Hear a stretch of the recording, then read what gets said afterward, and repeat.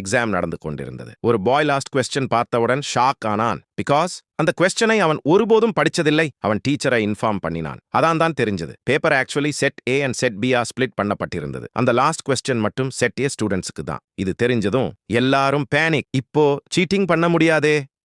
New tension. அந்த நேரம் seating master mind Emily ஆக்ஷனுக்கு வந்துட்டாங்க. அவள் சிக்னல் பண்ணினால் அவளிடம் செட் ஏ பேப்பர் இருக்குன்னு.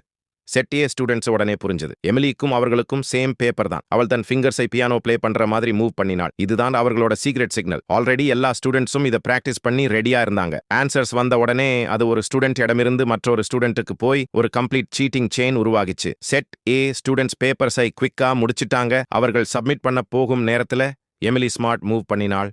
அவள் குவாய்ட்லி தன் பேப்பரை செட் பி பேப்பரா ஸ்விட்ச் பண்ணினாள். இப்போ அவளுக்கு இன்னும் 10 நிமிடங்கள் தான் இருக்கு. எமிலி லைட்னிங் ஸ்பீட்ல செட் பி கொஸ்டின் சால்வ் பண்ண ஆரம்பிச்சாள். செட் பி ஸ்டூடெண்ட்ஸ் அவளோட ஆன்சர்ஸுக்கு வெயிட் பண்ணி கொண்டிருந்தாங்க. Teacher announcement, only 5 minutes left. Emily அந்த 5 நிமிடங்கள் உள்ளே எல்லா ஆன்சரையும் சால்வ் பண்ணி மீண்டும் அவள் ஃபிங்கர் சிக்னல்ஸை யூஸ் பண்ணி பாஸ் பண்ண ஆரம்பிச்சாங்க. செட் பி ஸ்டூடெண்ட்ஸ் உடனே ஆன்சர்ஸ் காப்பி பண்ணினாங்க. டீச்சர் லாஸ்ட் வார்னிங் கொடுத்தார். 1 நிமிடம் லெஃப்ட்.